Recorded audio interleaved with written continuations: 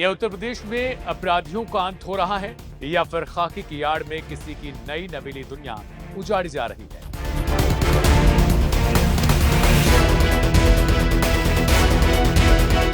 एक तरफ पुलिस का दावा कि मारा गया शख्स 1 लाख का इनामी गैंगस्टर था, दूसरी तरफ एक 20 साल की लड़की का रोता हुआ चेहरा जिसका कहना है शादी के महज 36 दिन बाद उसके सुहाग की हत्या कर दी।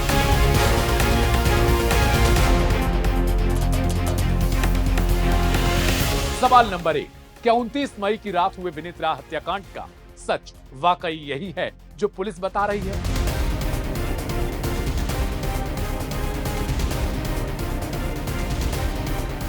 सवाल नंबर 2, अगर कमलेश बिंद इतना बड़ा शूटर था तो उसकी पत्नी क्यों दावा कर रही है कि उसे पुलिस ने उनके सामने थाने में पीटा था? सवाल नंबर 3 और सबसे बड़ा सवाल, एक एनकाउंटर के बाद पूरा गाजीपुर क्यों सलग उठा? क्यों जनता ने पुलिस कप्तानों और जवानों को दौड़ा दौड़ा कर पीटा?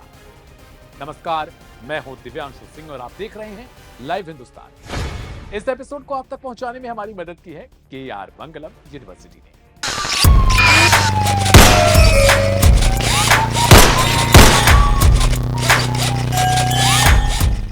आज क्राइम कथा के इस एपिसोड में हम बात करेंगे गाजीपुर के उस एनकाउंटर की जिसने कानून व्यवस्था पर तो सवाल उठाए ही हैं, साथ ही यूपी की सियासत में भी भूचाल ला दिया है। पुलिस इसे अपनी बड़ी कामयाबी कह रही है, लेकिन जमीनी हकीकत, परिजनों के आरोप और उसके बाद भड़की हुई हिंसा कुछ और ही कहानी बयां कर रही है।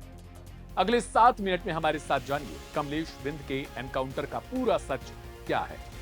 इस कहानी की शुरुआत होती है 29 मई साल 2024 की रात से गाजीपुर के लंका मैदान के पास स्थित बिंद होटल। यहां होटल मालिक के बेटे विनीत राय की बेरहमी से गोली मारकर हत्या कर दी जाती है। बाजार के बीचों बीच हुई इस वारदात से गाजीपुर पुलिस सख्ते में आ जाती है। लोकसभा चुनाव के ठीक बाद हुई इस हत्या ने पुलिसिया इकबाल पर भी सवाल खड़े कर दिए थे। पुलिस तुरंत तफ्तीश में जुटती है और नाम सामने आता है कुख्यात कटरा गैंग का। पुलिस के मुताबिक इस हत्या का मुख्य सूत्रधार था कमलेश बिंद उर्फ चौधरी। पुलिस रिकॉर्ड खंगाले गए तो पता चला कि कमलेश बिंद पर पहले से कई आपराधिक मामले दर्ज थे। वह इलाके के कुख्यात कटरा गैंग का सक्रिय सदस्य बताया गया और उस पर पुलिस ने 1 लाख रुपए का इनाम घोषित कर रखा था। पुलिस का दावा था कि विनीत राय की हत्या रंगदारी या आपसी रंजिश के चलते की गई थी और कमलेश की तलाश में स्वाट, ये एक टीम है, वो स्थानीय पुलिस की कई टीमें लगातार दबिश दे रही थी। अब तारीख आती है 30 मई की रात और जगह गाजीपुर का कुर्था गांव। पुलिस को मुखबिर से सूचना मिलती है कि 1 लाख रुपए का इनामी कमलेश बिंद इस इलाके से गुजरने वाला है। पुलिस घेराबंदी करती है। पुलिस की थ्योरी के मुताबिक जैसे ही कमलेश को रुकने का इशारा किया गया, उसने आत्मसमर्पण करने की बजाय पुलिस टीम पर ही ताबड़तोड़ फायरिंग शुरू कर दी। इस अचानक हुए हमले में स्वाट टीम के प्रभारी रोहित मिश्रा की गोली लगने से घायल बताए गए। पुलिस का कहना है कि इसके बाद आत्मरक्षा यानी क्रॉस फायरिंग में पुलिस ने भी गोलियां चलाई हैं। एक गोली कमलेश बिंद को लगी, उसे तुरंत अस्पताल ले जाया गया, जहां डॉक्टरों ने उसे मृत घोषित कर दिया। पुलिस के नजरिए से देखें तो यह एक दुर्दांत अपराधी का खात्मा था जिसने एक बेकसूर व्यापारी के बेटे की जान ली थी। लेकिन कहानी का सिर्फ ये एक पहलू है। असली विवाद तब शुरू होता है जब कमलेश की लाश उसके घर पहुंचती है। एनकाउंटर की खबर मिलते ही कमलेश के घर में कोहराम मच गया। महज 36 दिन पहले यानी अप्रैल के आखिरी हफ्ते में कमलेश की शादी मनीषा नाम की लड़की से हुई थी, जो खुद एक नर्सिंग की छात्रा है। मनीषा ने पुलिस के दावों को सिरे से खारिज कर दिया। वो पढ़ी लिखी है, एक बेहद गंभीर आरोप लगाया। मनीषा का दावा है कि कमलेश कोई भागा हुआ अपराधी नहीं, बल्कि पुलिस उसे रामपुर इलाके से जबरन उठाकर लाई थी। मनीषा ने रोते हुए बयान दिया कि पुलिस ने उसके पति को पहले थाने में बेरहमी से पीटा था और फिर रात के अंधेरे में जंगल ले जाकर उसकी हत्या कर दी गई और इसे एनकाउंटर का एक नाम दे दिया गया। सिर्फ पत्नी ही नहीं, कमलेश के भाई और उसकी भाभी जो गांव की प्रधान है, उन्होंने इस पूरी घटना के पीछे गहरी साजिश का अंदेशा भी जताया। परिजनों का आरोप है कि जिस बिंदु होटल के बेटे की हत्या हुई थी उस होटल में कुछ गलत गतिविधियां चलती थी। कमलेश अक्सर इसका विरोध करता था। परिजनों के मुताबिक इस रंजिश के चलते होटल मालिक और पुलिस ने मिलकर कमलेश को एक झूठे केस में फंसा दिया और उसका एनकाउंटर कर दिया। उनका सीधा सवाल था, अगर वह अपराधी था तो पुलिस ने उसे अदालत के सामने क्यों नहीं पेश किया? परिजनों के इन आरोपों ने गाजीपुर की जनता को गुस्से में घी का काम कर दिया। पोस्टमार्टम के बाद जब कमलेश का शव फुल्लनपुर रेलवे क्रॉसिंग के पास पहुंचता है तो हजारों की भीड़ सड़कों पर उतर आई। लोगों का गुस्सा सातवें आसमान पर था। देखते ही देखते प्रदर्शन हिंसक रूप ले लेता है। उग्र भीड़ ने पुलिस टीम पर ही पथराव शुरू कर दिया। हालात इतने बेकाबू हो चुके थे कि सीओ सिटी शेखर सिंगर और एसएचओ समेत 6 से ज्यादा पुलिसकर्मी लहूलुहान हो गए। अफसरों को अपनी जान बचाने के लिए आसपास के घरों और बैंकों के भीतर भागना पड़ा, छिपना पड़ा। गाजीपुर छावनी में तब्दील हो चुका था। इस अभूतपूर्व हिंसा के बाद प्रशासन के हाथ पांव फूल गए। आनंद फानन में डीआईजी वैभव कृष्ण और एसपी डॉक्टर इरज राजा भारी पुलिस बल और पीएससी के साथ मौके पर पहुंचते हैं। इलाके में फ्लैग मार्च कराया जाता है। पुलिस पर हमला करने वाले करीब 70 लोगों के खिलाफ मुकदमा भी दर्ज कर लिया जाता है और कईयों को तो हिरासत में लिया गया। तब कहीं जाकर स्थिति नियंत्रण में आती है।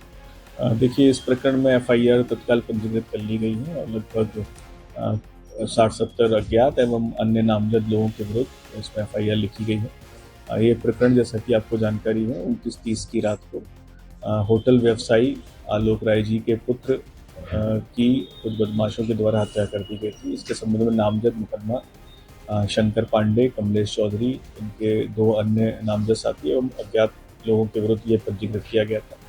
इसमें उसी दिन से हमारी बहुत सारी टीमें तलाशी के लिए लगी हुई थी। इसमें इसी क्रम में 2 जो प्रमुख अपराधी थे, उनके ऊपर इनाम भी घोषित किया गया था और 1-1 लाख का इनाम भी इसमें उनको घोषित था। इसी में कमलेश चौधरी जो है, जिसको हम लोग लगातार ट्रेस कर रहे थे, शंकर पांडे के, इनके ऊपर कई मुकदमे हैं। कमलेश चौधरी के ऊपर 7 मुकदमे हैं और शंकर पांडे के ऊपर 10 मुकदमे हैं और दोनों ही कई मुकदमों में साथ में सहभागी भी रहे हैं और साथ में इन्होंने लगातार अपराध इन्होंने पारित किए हैं।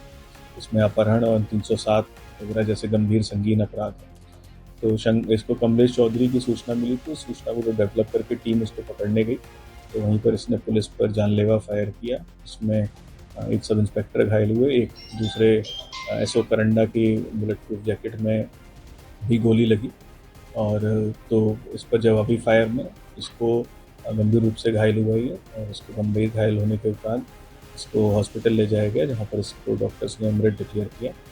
तो इस संदर्भ में भी और भी कार्रवाइयाँ हमारी चल रही है। शंकर पांडे के को भी हम लोग लगातार तलाश रहे हैं और बहुत जल्द इसके विरुद्ध भी कठोर कार्रवाई की जाएगी। शंकर पांडे पर 10 के लगभग मुकदमे हैं और इसमें 307 के एक मुकदमा मर्डर का भी है, प्रूफ का, और 307 के हैं अपहरण, इस तरह के कई सारे मल्टीपल मुकदमे पंजीकृत। इस एनकाउंटर की गूंज लखनऊ से लेकर दिल्ली के सियासी गलियारों तक सुनाई दी। समाजवादी पार्टी के मुखिया अखिलेश यादव ने इस घटना को लेकर सरकार पर तीखा हमला बोला। उन्होंने इसे महाभ्रष्ट शासन प्रशासन का नतीजा बताते हुए कहते हैं कि ऐसे एनकाउंटर कानून की धज्जियां उड़ा रहे हैं।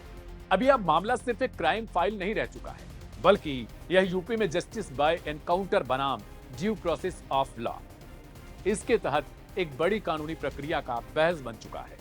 एक तरफ पुलिस की मुस्तैदी है, जिसने एक मर्डर केस के आरोपी को 24 घंटे में ढेर करने का दावा कर दिया।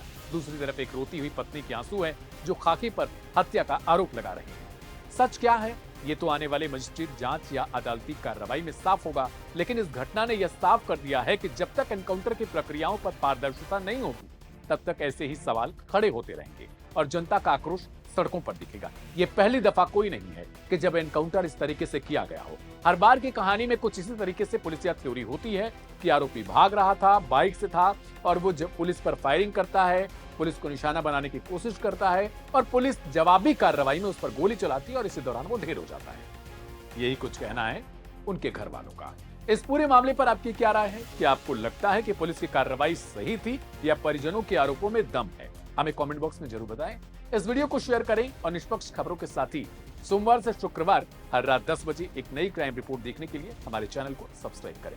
मेरा नाम है दिव्यांशु सिंह। मिलेंगे सोमवार रात 10 बजे एक नई कहानी के साथ। तब तक के लिए आप सभी को शुभ रात्रि, नमस्ते, शुक्रिया।